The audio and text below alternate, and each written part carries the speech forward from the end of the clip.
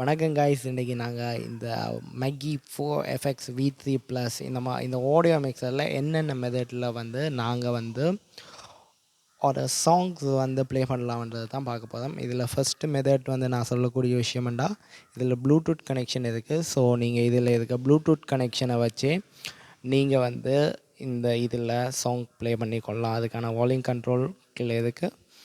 So இது ஒரு method. ரெண்டாவது ஆப்ஷன் வந்து இந்த மாதிரியான ஒரு ஜாக் கொண்ட போட்டு நீங்கள் இதில் சாங் ப்ளே பண்ணிக்கொள்ளலாம். மூணாவது method XLR2 type C. So இந்த கேபிளில் போட்டு நீங்கள் கனெக்ட் பண்ணிக்கொள்ளலாம். இது எல்லாத்தை விட பெஸ்ட்டான ஒரு மெத்தட்ன்னு நான் சொல்லக்கூடியது, பின்னாடி வந்து டைப் சி கனெக்ஷன் கொடுத்துருக்காங்க. இந்த டைப் சி கனெக்ஷன் என்னத்துக்காண்டா உங்களோட லேப்டாப்பை வந்து இதில் கனெக்ட் பண்ணிக்கொள்ளலாம்.